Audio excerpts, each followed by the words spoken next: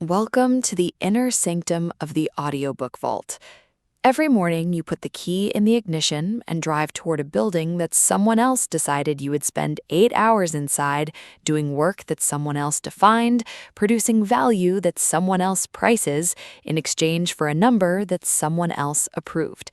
And you call this security. The financial matrix did not fail you when it produced this outcome. It succeeded. You were the intended result of a system that was engineered not to make you wealthy, but to make you necessary enough to retain and dependent enough to stay. The salary was never a reward. It was a lease agreement on your time, structured with sufficient comfort to prevent you from questioning the terms and sufficient inadequacy to ensure you never accumulated enough to exit them. If you require your employer's continued goodwill to maintain your financial position, you have not built security. You have built exposure with a monthly payment attached. And the difference between those two things will become structurally visible the moment someone above you in the hierarchy makes a decision that has nothing to do with your performance and everything to do with a spreadsheet you were never shown. The person in your environment who appears most settled in their professional life, who has the title and the office and the salary that registers as success by every metric the system provided, does not possess freedom. They possess trained comfort with its absence, refined through years of incremental accommodation until the absence itself stopped feeling like a loss. The difference between that comfort and genuine financial sovereignty does not surface in the ordinary weeks. It surfaces in the specific moment when the system decides to recalibrate, and your position within it turns out to have been contingent all along. There is a single question that separates the people who eventually exit the financial matrix from the people who spend their entire productive lives inside it. Not how do I make more money, because that question is still running on the matrix's operating system, still accepting its fundamental premise that income is something you earn through labor supplied to an entity that decides what that labor is worth. The correct question is, what is the minimum viable economic structure that produces value independently of my physical presence and independently of any single entity's continued willingness to compensate me for it? That question is not motivational, it is architectural, and the distance between where you are now and a genuine answer to it is not as large as the system has conditioned you to believe, but it is real, and crossing it requires a map that the system has a structural interest in never providing you. This text is that map, not a collection of income ideas to experiment with on weekends while the salary continues to function as a safety net that prevents the experimentation from ever becoming serious, not a motivational framework designed to generate enough emotional momentum to sustain action for 3 weeks before the friction of reality causes the familiar gravitational pull back toward the known and the compensated. What this text constructs, with precision and without the reassuring language that most financial development content inserts to manage the reader's anxiety and maintain their engagement, is a complete architectural understanding of how economic independence is built, what sequence of structural decisions produces it, and what cognitive and operational obstacles stand between your current position and the point at which the matrix loses its leverage over your daily existence. The people who have already crossed that threshold, the ones operating outside the dependency relationship that the employment system creates, did not find a better opportunity than you have access to. They did not possess superior starting capital or superior intelligence or superior connections. What they possessed was a different map, one that allowed them to see the geometry of the financial system accurately, rather than through the lens that the system itself provides to people who are inside it. The lens the system provides makes employment look like the stable center of a reasonable life, and independence look like a risk that only the unusually talented or unusually lucky can afford to take. The accurate map shows something entirely different. It shows that employment is the risk, dependency is the fragility, and the construction of genuine economic alternatives is the only form of financial security that does not have a termination clause buried in someone else's decision-making authority. In every month that passes without understanding these mechanisms, there is someone else who understands them and is operating them at scale while you are optimizing your performance review. The income you did not generate this year did not fail to exist. It flowed to people who had built the structures to capture it, structures that required no employer's approval to function and no single client's continued satisfaction to survive. That flow will continue in the same direction for as long as the structural gap that produces it remains open. The gap is not about effort. The people inside the matrix frequently work harder than the people who have exited it. The gap is about architecture, about whether the economic activity you engage in is building something that belongs to you or producing something that belongs to the entity that hired you. The financial matrix is not a conspiracy that requires a villain. It is a system that requires participants, and it has spent considerable institutional energy ensuring that participation feels like the only rational option. The education system prepares you for employment. The financial system extends you credit calibrated to your salary. The social validation system rewards the visible markers of employed success. Every institutional structure you moved through was aligned toward the same output, an employment. A person who is skilled enough to be valuable to an employer, dependent enough to remain one, and financially structured in a way that makes the exit cost feel prohibitive. Understanding that this alignment was designed rather than accidental is not paranoia. It is the foundational perception shift that makes everything else in this text actionable. The most important structural concept in the architecture of financial independence is the distinction between income and assets. This distinction sounds elementary. It is taught in the first chapter of every personal finance book that has ever been published, referenced in every financial independence community that has ever formed online, and understood intellectually by virtually every person who has ever spent an afternoon consuming content about wealth building. And yet the behavioral gap between understanding this distinction and actually restructuring your economic life around it is one of the most consistent and most expensive failures in the entire landscape of personal financial development. The reason for that gap is not laziness and not lack of discipline. The reason is that the distinction, as it is usually taught, is incomplete, and an incomplete map produces incomplete navigation, regardless of how seriously the navigator takes their journey. The complete distinction is this: income is a flow. It arrives, it covers costs, and it stops when the activity that produces it stops. Employment income is the purest form of this. It flows precisely as long as you continue to show up and perform, and it ceases with a precision that matches the dependency it creates. Most alternative income sources that people pursue as exits from employment are also flows in this structural sense, even when they feel different. Freelance income flows when you are actively acquiring and servicing clients. Consulting income flows when your expertise is being actively deployed. Content income flows when you are actively producing content. These are improvements over employment in important ways, primarily in the autonomy they provide over how and when the work is performed, but they share the fundamental structural characteristic of employment. They require your continuous active participation to continue functioning. The matrix has simply moved from your employer's building to your own schedule. Assets are categorically different. An asset is a structure that produces value independently of your initial construction effort, not independently of your ongoing maintenance at some level, but independently of the daily active labor that most income sources require. The income that flows from a genuine asset does not stop when you stop working today. It continues functioning according to the logic of the structure itself, whether that structure is a business system that operates without your moment-to-moment involvement, a portfolio of income-producing financial instruments, intellectual property that generates licensing revenue, or any other configuration of value that has been built to function with your oversight rather than your constant operation. The critical implication of this distinction is that the exit from the financial matrix is not primarily an income problem.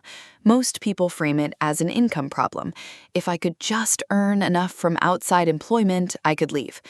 That framing leads to the pursuit of income sources that are structurally identical to employment in every meaningful way except the employer, and the result is a person who has exchanged one form of active labor dependency for another, with marginally more autonomy and significantly more uncertainty, while never actually building the structural foundation that would make genuine independence possible. The exit from the matrix is an asset problem. The question is not how to replace your salary with equivalent income from a different source. The question is how to build structures that produce income without requiring your continuous presence to do so.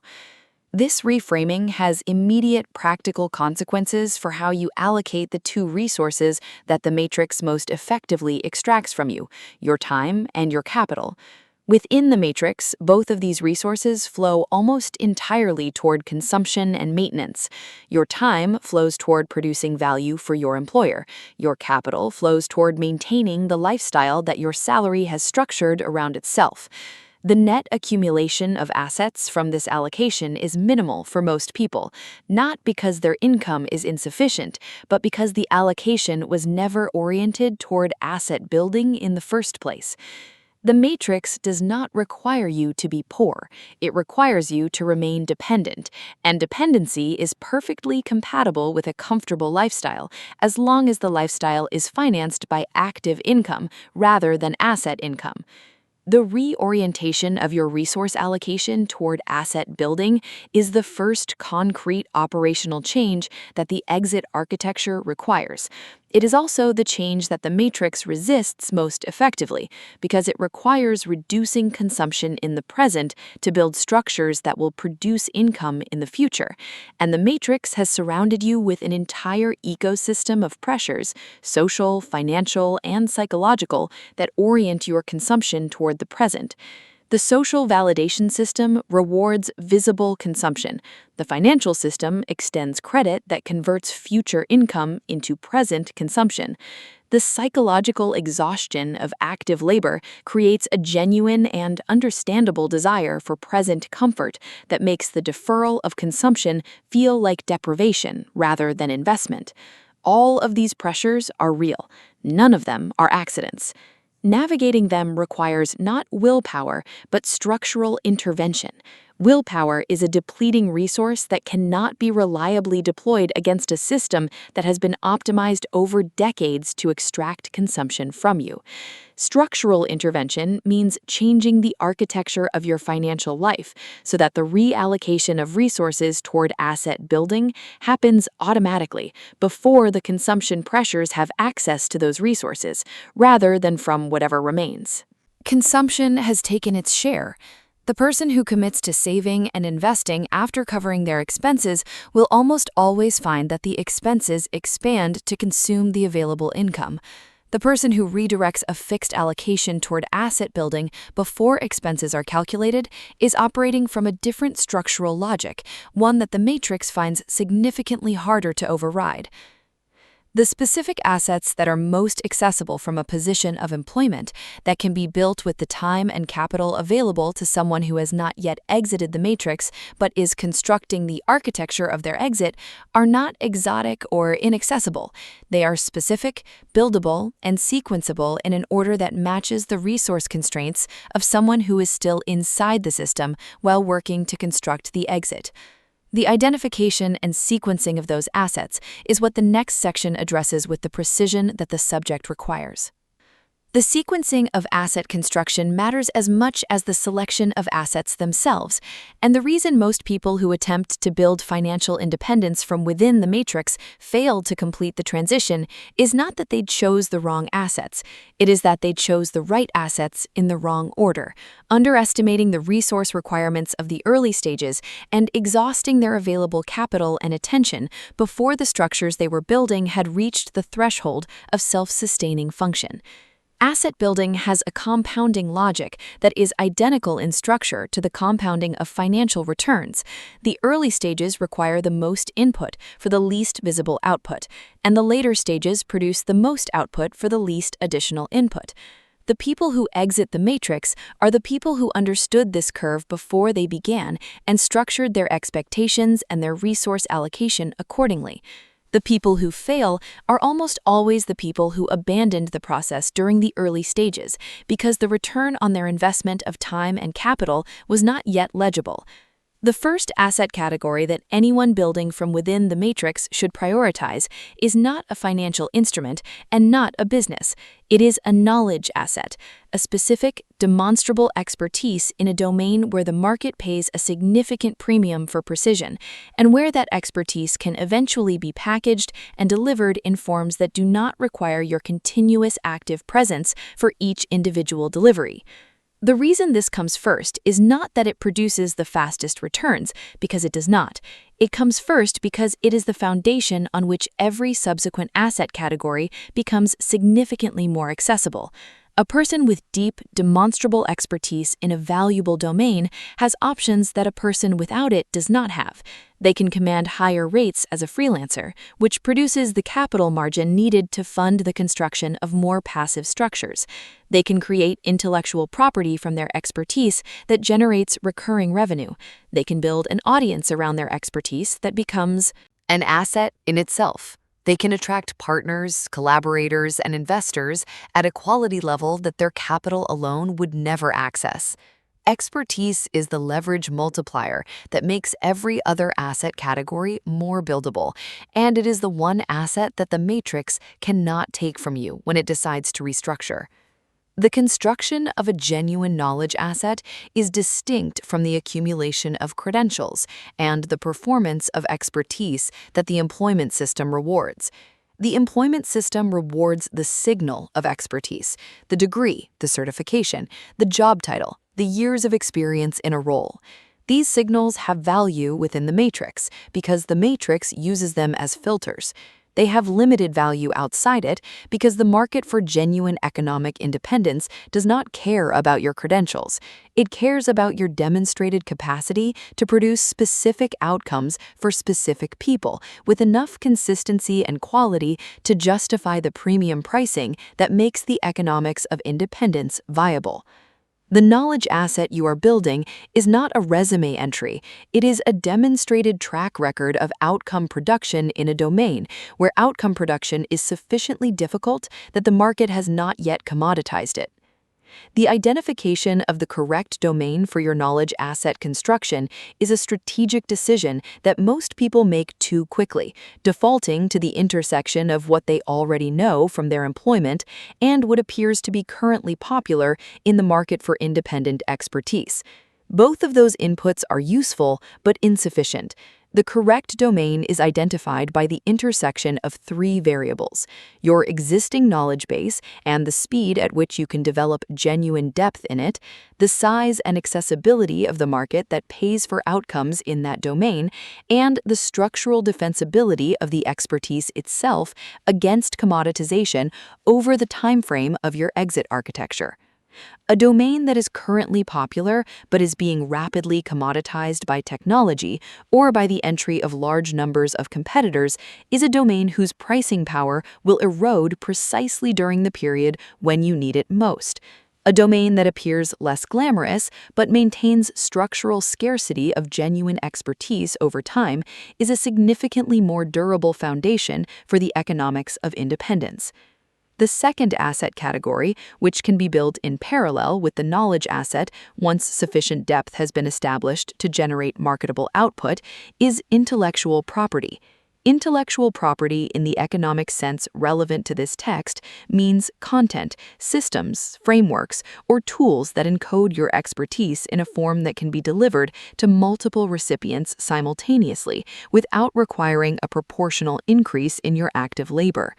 A course that teaches your methodology to 100 students generates 100 times the economic output of a one-to-one consulting engagement for the same hour of your active involvement in its creation. A book that encapsulates your framework reaches an audience whose size is not constrained by your available hours. A software tool that automates a process you have developed expertise in operates continuously without your presence. These are not passive income in the fantasy sense that the internet has attached to that phrase, the sense of income that requires no work and produces no effort.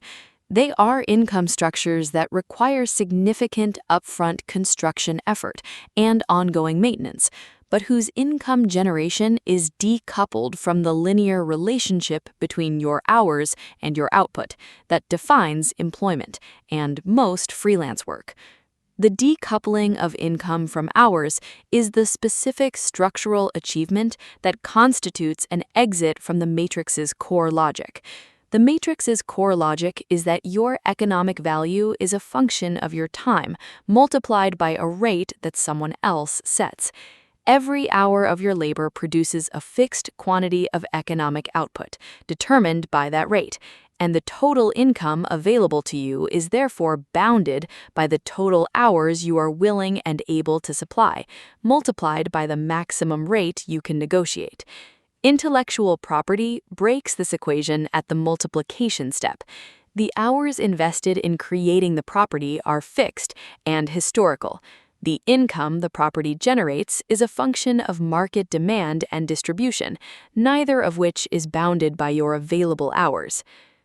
Financial assets are the category that most people think of first when they imagine the architecture of economic independence, and the category they build last, if they build it at all, because the entry conditions they assume are required, significant capital, sophisticated market knowledge, and access to investment vehicles that feel remote from their current financial position, create a perception of inaccessibility that functions as an effective barrier to beginning. That perception is itself a product of the matrix's conditioning.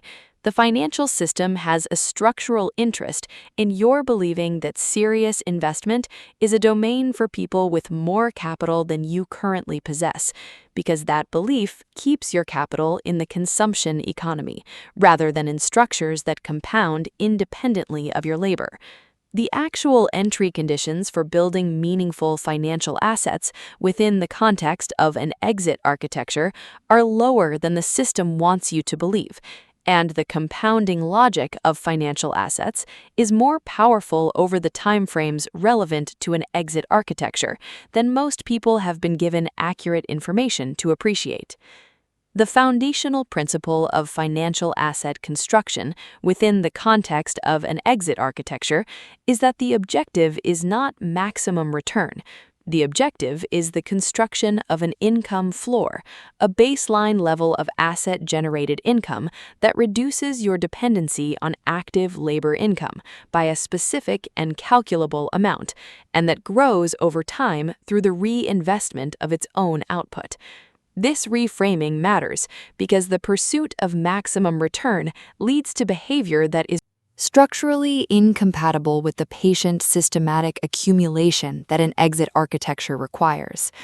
Maximum return pursuit involves concentration of capital in high variance opportunities, the tolerance of significant drawdown risk, and the psychological volatility that comes from watching a significant portion of your financial position fluctuate with market conditions. None of these are compatible with the consistent, low-drama accumulation that the early stages of an exit architecture require. The income floor objective leads to a different set of decisions. It leads toward assets that produce regular, predictable cash flows rather than assets that are primarily valued for their appreciation potential. It leads toward diversification across asset types that have low correlation with each other so that the income floor is resilient to disruptions in any single market or asset category.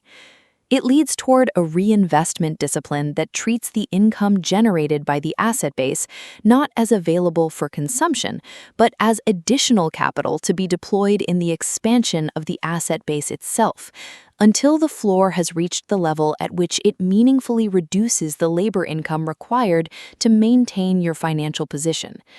The shift from consuming asset income to reinvesting it is one of the most psychologically difficult transitions in the exit architecture, because the income finally arriving from structures you have spent years building creates a powerful temptation to reward the effort with the consumption it has previously deferred. That temptation, acted upon prematurely, extends the timeline of the exit by an amount that is disproportionate to the consumption it finances. The specific financial assets most accessible to someone building from within the matrix depend on their current capital position, their income margin above essential expenses, and the timeline of their exit architecture. But the sequencing principle that applies across most situations is consistent. Begin with the highest liquidity, lowest complexity instruments that produce consistent returns within your risk tolerance, and expand into less liquid, higher complexity instruments only as your knowledge base and capital position develop sufficient depth to manage them without the kind of attention that would compromise your primary asset building activities in the knowledge and intellectual property categories. Complexity is not a signal of sophistication in financial asset construction. It is a cost, measured in attention and in the error rate that comes from operating instruments you do not yet fully understand, and that cost is frequently higher than the additional return the complexity is supposed to generate. The interaction between the three asset categories, knowledge assets, intellectual property, and financial assets, is what produces the compounding effect that accelerates the exit timeline beyond what any single category can achieve independently. The knowledge asset generates premium income from active work that produces capital margin above essential expenses. That margin funds the construction of intellectual property and the systematic accumulation of financial assets. The intellectual property, once built, generates income that supplements the active income from the knowledge asset and reduces the hours of active work required to maintain the same total income level. The reduction in required active hours creates additional time capacity that can be reinvested in the further development of intellectual property or in the expansion of the financial asset base. The financial assets generate an income floor that further reduces the active income required, which further reduces the required hours, which further expands the available capacity for asset construction. The cycle, once initiated with sufficient initial momentum, accelerates itself. The initiation of that cycle with sufficient momentum is the practical challenge that most people fail to solve, not because the solution is beyond their capabilities, but because they attempt to initiate all three categories simultaneously with resources that are insufficient to make meaningful progress in any of them. The correct approach is sequential initiation with parallel maintenance once each category reaches a minimum viable threshold. Concentrate the available resources on the knowledge asset first until it is generating premium income. Use that premium income to initiate intellectual property construction while beginning minimal financial asset accumulation. Once the intellectual property is generating consistent income, expand the financial asset accumulation while maintaining the intellectual property and knowledge asset at sustainable levels. The sequence is not rigid, and individual circumstances will require adaptation, but the principle of concentrating resources on the highest leverage activity at each stage, rather than distributing them thinly across all activities simultaneously, is consistent across virtually every successful exit architecture. The psychological infrastructure of the exit is not a supplementary consideration. It is a load-bearing component of the architecture, as structurally essential as any of the asset categories described in the previous sections, and its absence is the single most common reason that people who understand the intellectual framework of financial independence and possess the practical capabilities required to execute it nevertheless fail to complete the transition. They fail not because the market rejected their knowledge asset, not because their intellectual property did not find an audience, not because their financial assets underperformed. They fail because The psychological demands of operating outside the matrix's reward system for an extended period without the consistent validation, the social belonging, and the structured identity that employment provides exceeded the psychological infrastructure they had built to meet those demands. The matrix provides more than income. This is the fact that most financial independence frameworks underweight because they are primarily economic analyses of a problem that is only partially economic. Employment provides a social identity. You are what you do, and what you do is legible, respectable, and immediately communicable to everyone you encounter in the contexts where identity is performed. It provides a structure of time. Your days have a predetermined architecture that removes the cognitive load of deciding how to allocate your hours. It provides a community. The workplace is a social environment that supplies a significant portion of the human connection that most people's lives depend on. It provides a narrative. You are progressing along a defined track whose milestones are visible and whose achievements are recognizable to the people whose recognition you have been conditioned to value. Exiting the matrix means exiting all of these provisions simultaneously, and the person who has not built replacement structures for each of them before the exit will experience the initial period of independence not as liberation, but as disorientation, isolation, and the particular anxiety that comes from operating in a space where the familiar feedback mechanisms have gone silent. The construction of psychological infrastructure for the exit therefore has 4 specific components that mirror the 4 provisions the matrix supplies. The first is identity reconstruction, the development of a self-concept that is anchored in your values, your capabilities, and your chosen direction rather than in your occupational designation. This is not a philosophical exercise. It is a practical preparation for the moment when the question of what you do no longer has a simple institutional answer, and the absence of that answer is experienced not as freedom, but as a void that the identity system rushes to fill with whatever is most immediately available, which is frequently a diminished or anxious version of the employed identity you just left. Identity reconstruction begins before the exit, through the deliberate practice of defining yourself in terms that do not reference your employer or your job title, and the gradual shifting of your primary sources of self-evaluation from institutional metrics to internally defined ones.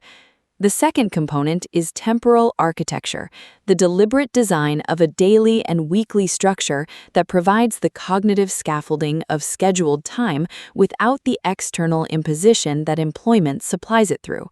The absence of external temporal structure is experienced by most newly independent people as a freedom that rapidly becomes a liability because unstructured time is not neutral. Is a context in which the cognitive systems that evolved to detect threat and manage uncertainty become hyperactive in the absence of the external demands that previously occupied them, producing a specific form of anxiety that feels like purposelessness and is frequently misidentified as evidence that independence was a mistake.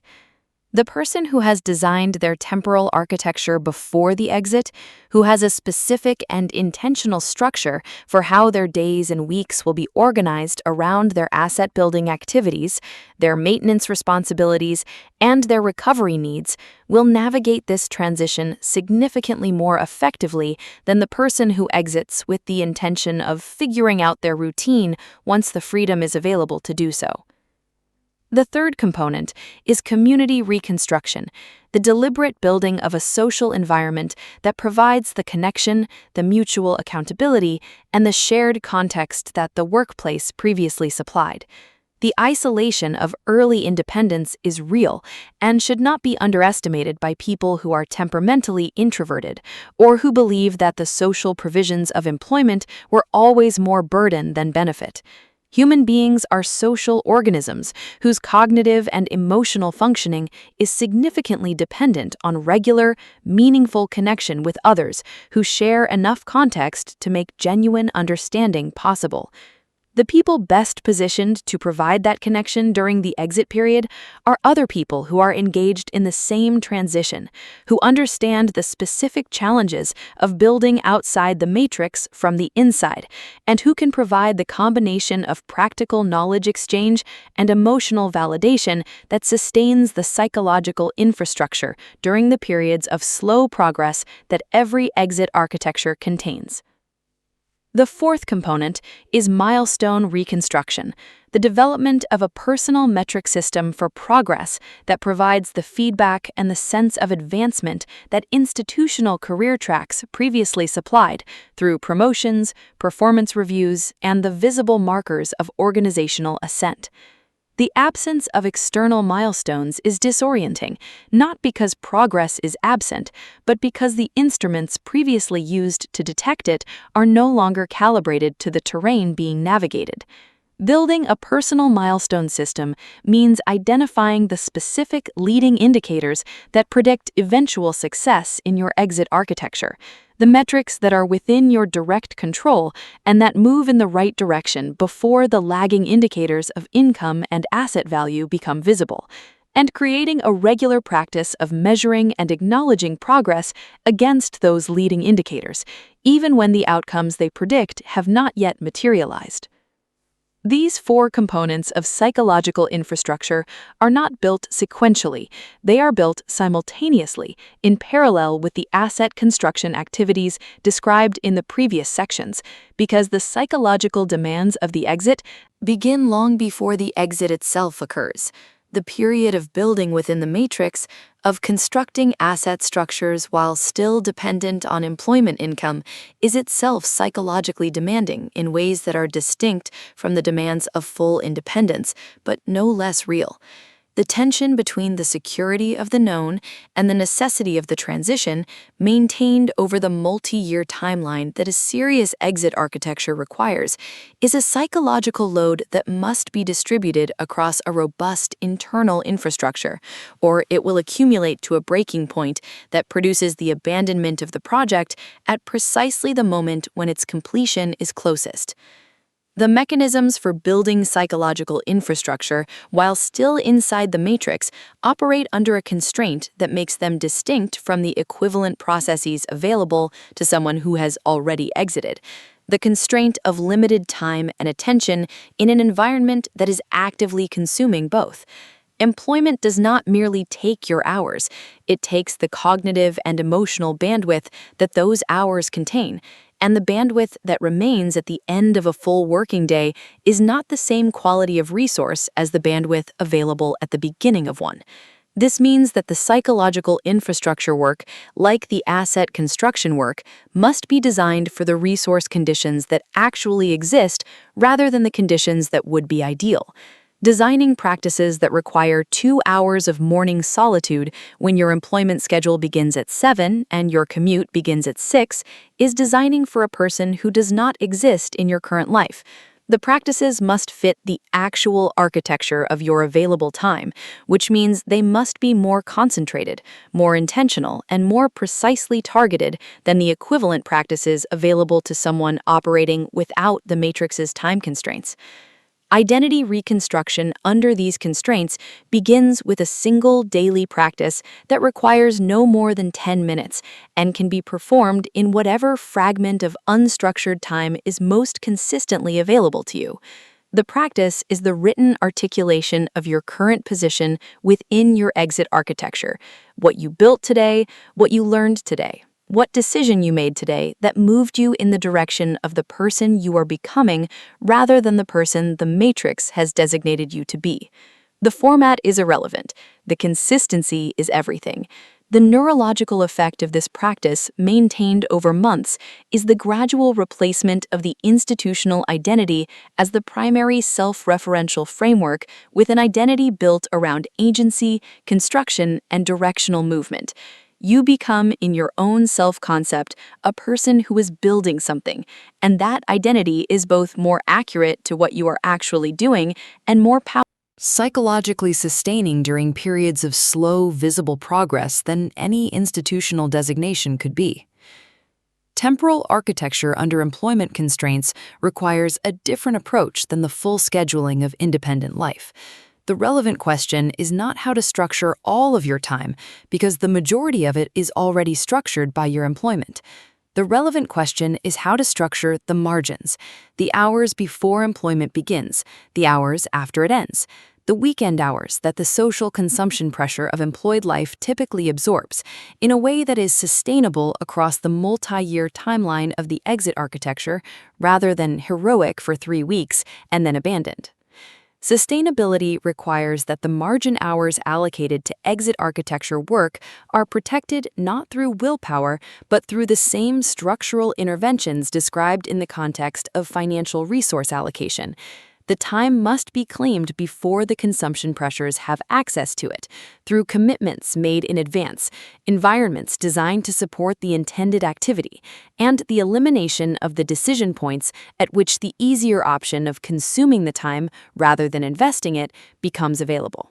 The specific allocation of margin hours across the 3 asset categories should follow the same sequential concentration principle described for financial resources. In the early stages of the exit architecture, when the knowledge asset is the primary construction priority, the majority of available margin hours should be directed toward the activities that build demonstrable expertise and its market expression. The deliberate practice that develops depth, the writing or speaking or creating that converts internal knowledge to external signals of competence, and the relationship building within your domain that creates the network through which opportunities for premium work will eventually flow. This is not the glamorous work, it is the foundational work, and it looks from the outside, and frequently from the inside, like a person spending their evenings and weekends on activities whose payoff is not yet visible. That invisibility is not a sign of wrong direction. It is the structural characteristic of the compounding curve's early stages, where the input is real and the output is not yet legible. Community reconstruction under employment constraints leverages a resource that the internet has made more accessible than any previous generation of exit architects had available: the ability to connect with people engaged in the same transition across geographic distances that would previously have made those connections impossible. The communities most valuable for this purpose are not the broad financial independence communities that aggregate everyone from early-stage planners to people already 10 years into full independence. Those communities have value for information and inspiration, but limited value for the specific psychological support of the active transition period, because the range of experience and context is too wide to produce the mutual understanding that genuine community requires. The most valuable communities are small, specific, and composed of people at a similar stage of the transition, with similar asset-building approaches and similar timeline constraints, who can provide the combination of practical peer knowledge and emotional resonance that sustains the infrastructure through the difficult periods. Milestone reconstruction under employment constraints requires particular attention to the distinction between leading and lagging indicators of progress, because the lagging indicators, the income from intellectual property, the growth of the financial asset base, the reduction in employment dependency, move slowly in the early stages and can produce a sustained period of apparent stagnation that is psychologically corrosive if the leading indicators are not being tracked and acknowledged simultaneously. Leading indicators are the inputs that precede the outputs, the hours of deliberate practice invested in the knowledge asset, the units of intellectual property created, the capital consistently redirected toward financial assets, the relationships built within the domain community. These move every week, even when the outcomes they predict have not yet materialized, and the practice of measuring and recording them provides the continuous feedback that sustains motivation across the compounding curve's early stages. The integration of these 4 mechanisms into a daily and weekly practice that fits within the actual constraints of an employed life is not a complex design problem. It is a prioritization problem, and the prioritization required is the same prioritization that runs through every dimension of the exit architecture, the consistent structural elevation of exit building activities above the consumption activities that the matrix's ecosystem has positioned as the natural default use of your discretionary time and attention.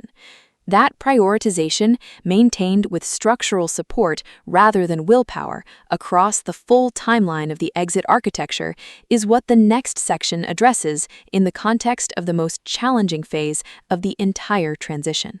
The most challenging phase of the exit architecture is not the beginning, when the novelty of the project and the clarity of the decision sustain a level of energy and commitment that makes the early work feel purposeful and the sacrifices feel meaningful. It is not the end, when the asset structures are generating sufficient income to make the exit itself a concrete near-term event, and the finish line is close enough to be motivating in its own right. The most challenging phase is the middle, the extended period between the initial momentum of beginning and the visible proximity of completion, when the exit architecture is real and functioning, but not yet sufficient, when the knowledge asset is generating premium income, but not enough to exit, when the intellectual property is producing revenue, but not at scale, when the financial assets are accumulating, but the income floor they represent is still far below the threshold of genuine independence. This phase has a specific psychological signature that distinguishes it from every other phase of the transition, and understanding that signature in advance is the preparation that makes surviving it possible. The middle phase is characterized by a specific form of cognitive dissonance that has no equivalent in the earlier or later phases. You are simultaneously inside the matrix and outside it, dependent on employment income while building the structures that will eventually make that dependency obsolete, performing the role of employed person during the hours the matrix claims, while operating as an independent architect during the margins. This dual existence is not sustainable indefinitely, and the psychological cost of maintaining it is real and cumulative. The people who complete the transition are not the people who found a way to make the dual existence comfortable. They are the people who understood that the discomfort of the middle phase is a structural feature of the transition, rather than a signal that something is wrong, and who built their psychological infrastructure specifically to carry that discomfort across the timeline required without allowing it to produce the premature decisions that end most exit attempts before they reach completion. The premature decisions that the middle phase generates fall into two categories, and both are driven by the same underlying cause, the intolerance of sustained ambiguity in a person whose psychological infrastructure was not built for it. The first category is premature exit, leaving employment before the asset structures are genuinely sufficient to support independence, driven by the accumulated frustration of the dual existence and the seductive simplicity of resolving the dissonance by eliminating one of its poles. Premature exit feels like courage. It is frequently described in the financial independence community as taking the leap, as if the act of leaping itself were the achievement, rather than the landing. What it actually produces, in the majority of cases, is a person who exits with insufficient asset income to cover their essential expenses, who rapidly depletes whatever financial reserves they accumulated during the employed period, and who is forced to return to employment under conditions that are frequently worse than those they left, because the gap in their employment history and the psychological blow of the failed exit have both reduced their negotiating position within the matrix they attempted to escape. The second category is premature abandonment, returning to full matrix engagement, redirecting all discretionary time and attention back toward consumption and employment performance, driven by the conclusion that the exit architecture is not working and that the effort invested in it would be better applied to advancing within the employment system that is at least producing reliable income. Premature abandonment feels like rationality. It presents itself as the mature reassessment of an unrealistic goal. the responsible acceptance of what is actually possible given your specific circumstances and resources. What it actually is, in almost every case, is the matrix's conditioning reasserting itself at the moment of maximum vulnerability, when the exit architecture has not yet produced visible returns sufficient to compete with the immediate and certain returns of employment engagement, and the compounding curves logic is not yet experientially convincing because the output has not yet become legible.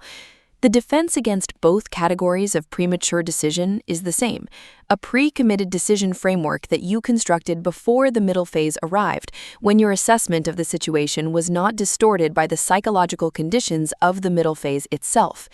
This framework specifies in advance the objective criteria that would justify an exit decision: the minimum asset income threshold, the minimum financial reserve, the minimum demonstrated sustainability of the asset structures, before the emotional conditions of the middle phase had the opportunity to lower those criteria to match the current level of asset development. It also specifies the criteria that would justify abandonment, which should be genuinely specific and genuinely difficult to meet, not because abandonment is never rational, but because the middle phase systematically generates the sensation of meeting abandonment criteria before those criteria are actually met. The construction of this pre-committed framework is the most important single act of preparation that anyone building an exit architecture can perform, and it must be performed early, before the middle phase makes it psychologically impossible to set criteria that the current emotional state does not already meet. Writing it down is not optional. The written record of the framework serves a function that memory cannot serve during the middle phase, because memory is reconstructive rather than reproductive, and the reconstruction is systematically influenced by the emotional conditions present at the moment of recall. The written framework is immune to that reconstruction. It says what it says, regardless of how the middle phase is affecting your emotional assessment of your current position. Beyond the pre-committed framework, the middle phase requires a specific adjustment to the community component of the psychological infrastructure. The community that was most valuable in the early phase, the community of people at a similar stage of the transition, evolves in its composition as the transition progresses, and some members of that early community will not make it through the middle phase. Their abandonment, when it occurs, will be experienced as evidence that the exit architecture does not work, particularly if they were people whose capabilities and commitment you respected. The preparation for this experience is the explicit recognition in advance that the middle phase produces abandonment at a rate that has no predictive relationship to the quality of the exit architecture being built, and that the abandonment of others is data about the psychological demands of the transition rather than data about the viability of the destination. The viable destination and the precise indicators that confirm you have reached the threshold at which the exit becomes structurally sound rather than emotionally compelling is what the final section of this text defines. The threshold at which the exit becomes structurally sound is not a feeling. This distinction is the most important single clarification this text can offer to someone who has been building their exit architecture across the extended timeline that genuine independence requires, because the feeling of readiness and the structural reality of readiness are two entirely different states that frequently do not coincide. And acting on the feeling rather than the structural reality is the mechanism that produces the premature exit described in the previous section. The feeling of readiness arrives early, often during the first significant success of the intellectual property, or the first month in which asset income reaches a number that feels meaningful relative to employment income. The structural reality of readiness arrives later, after the asset structures have demonstrated sufficient consistency across varying conditions to justify the conclusion that they will continue functioning after the employment income safety net is removed. The gap between those two moments is where the most expensive mistakes of the entire exit architecture are made. The structural indicators of genuine exit readiness fall into 5 categories, each of which must be satisfied independently rather than collectively averaged, because a strong showing in 4 categories does not compensate for a critical deficiency in the 5th. The first indicator is income sufficiency. The asset structures are generating net income after all costs associated with maintaining them that covers 100% of your essential expenses, with a margin of at least 30% above that threshold. The 30% margin is not arbitrary. It accounts for the income variability that all asset structures experience, particularly in their early years of operation, and ensures that a month of below-average performance does not produce a financial emergency that forces a return to employment under adverse conditions. Essential expenses means genuinely essential, not the lifestyle that your employment income has funded, and the honest calculation of that number, stripped of the consumption that was funded by employment income rather than by genuine preference, is itself a clarifying exercise that most people find produces a significantly lower number than they expected. The second indicator is income diversification. The asset income is generated by at least 3 independent sources that are not correlated in their risk profiles, meaning that a disruption to one source does not simultaneously threaten the others. A person whose entire asset income derives from a single course on a single platform has not achieved income diversification. A disruption to that platform, a change in its algorithm, a shift in market demand, a new competitor with a superior product can reduce that income to zero with a speed that leaves no time for the construction of replacement structures. Genuine diversification means that the failure of any single income source reduces your total asset income by a manageable percentage rather than an existential one, and that the remaining sources provide sufficient time and capital to rebuild or replace the disrupted source without requiring a return to employment. The third indicator is reserve sufficiency. You hold liquid financial reserves equivalent to at least 24 months of your essential expenses, held in instruments that are genuinely accessible within a short time frame without significant penalty or loss of value.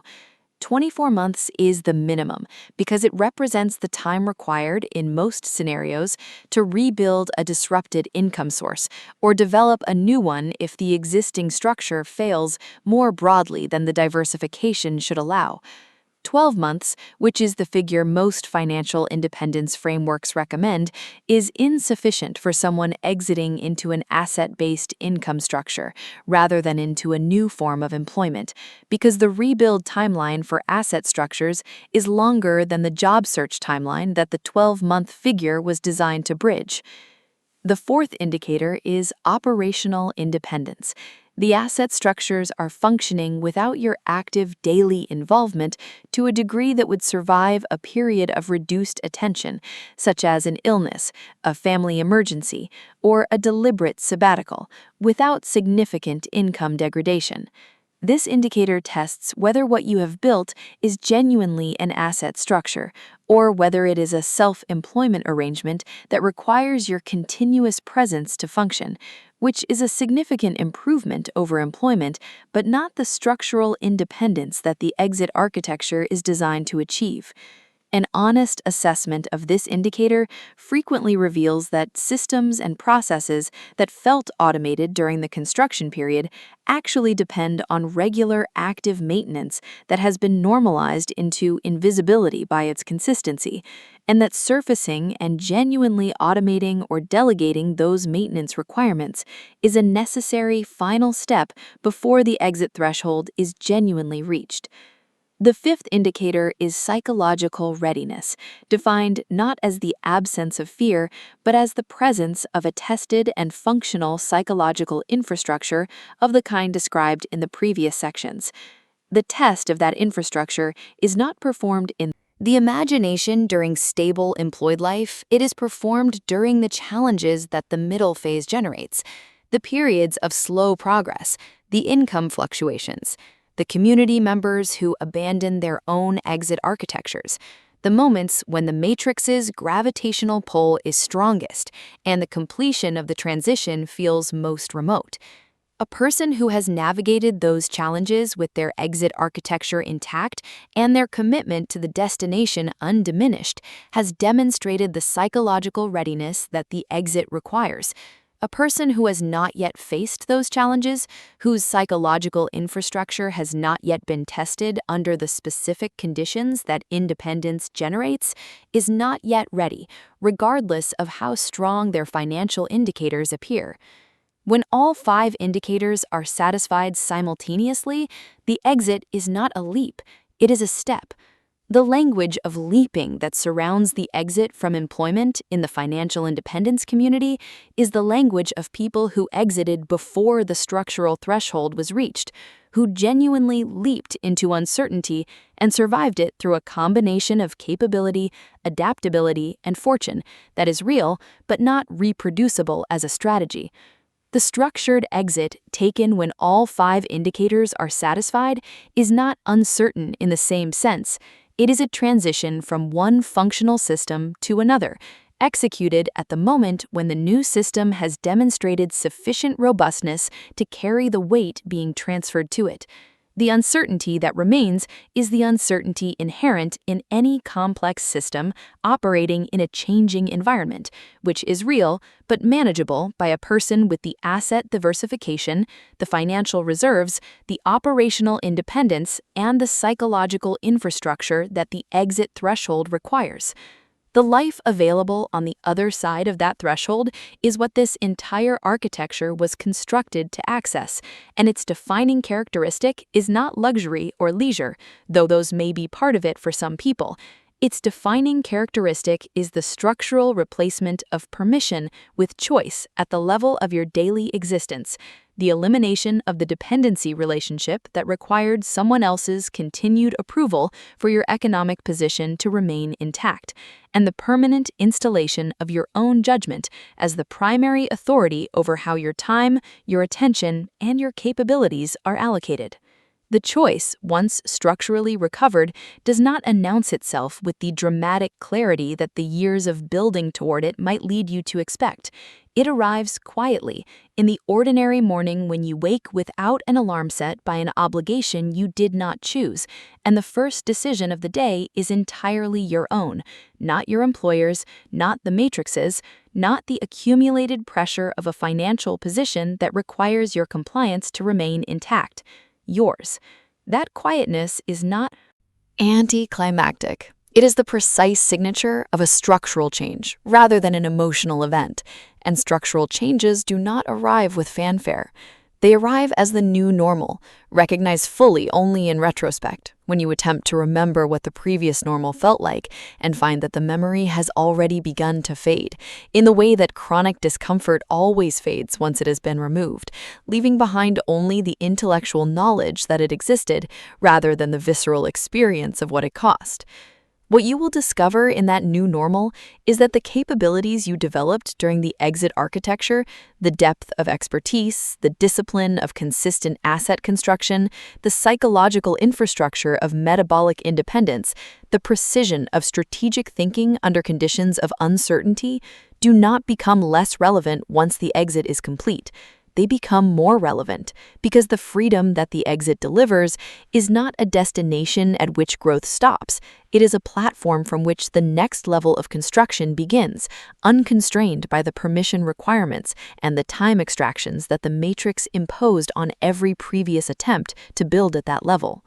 The people who discover this report a specific experience, that the productivity of their first year of genuine independence exceeds the productivity of the previous 5 years combined, not because they are working more hours, but because the hours they are working are no longer fractured by the cognitive overhead of the dual existence, no longer depleted by the emotional cost of the matrix's consumption of their primary bandwidth, and no longer directed by someone else's priorities imposed on their most capable hours. The matrix will attempt to reclaim you. This is not paranoia. It is the predictable behavior of a system that lost a participant and has a structural interest in recovering one. It will reclaim you through the social pressure of people who remained inside it and experience your exit as an implicit judgment of their choice to stay. It will reclaim you through the financial system's continued orientation of its products and its messaging toward the employed person whose income is predictable and whose consumption is reliably debt-financed. It will reclaim you through the moments of income variability that every asset structure experiences, when the financial reserves are absorbing a drawdown and the familiar security of employment income presents itself as the rational solution to a temporary problem. Recognizing these reclamation attempts for what they are, not as genuine evidence that the exit was wrong, but as the system's predictable response to the loss of a compliant participant, is the ongoing practice of the sovereign financial operator. The sovereign financial operator is not defined by the absence of challenge. They are defined by the presence of a framework robust enough to process challenge without converting it into compliance. Every difficulty that the independent life generates is processed through an architecture that was built specifically to handle it. An architecture of diversified assets, financial reserves, psychological infrastructure, and community. And that processing produces adaptation and growth, rather than the retreat to dependency that the matrix is designed to make feel like the only available response to difficulty. You were handed a map at the beginning of your economic life that showed one path: employment, advancement, retirement, in that sequence, on that timeline, within that system. That map was not drawn for your benefit. It was drawn for the benefit of the system that needed you to follow it. This text has given you a different map, one drawn from the actual terrain of economic independence, rather than from the interests of the institutions that profit from your remaining on the prescribed path. What you do with it is, finally and completely, your own decision. That is the point. That was always the point.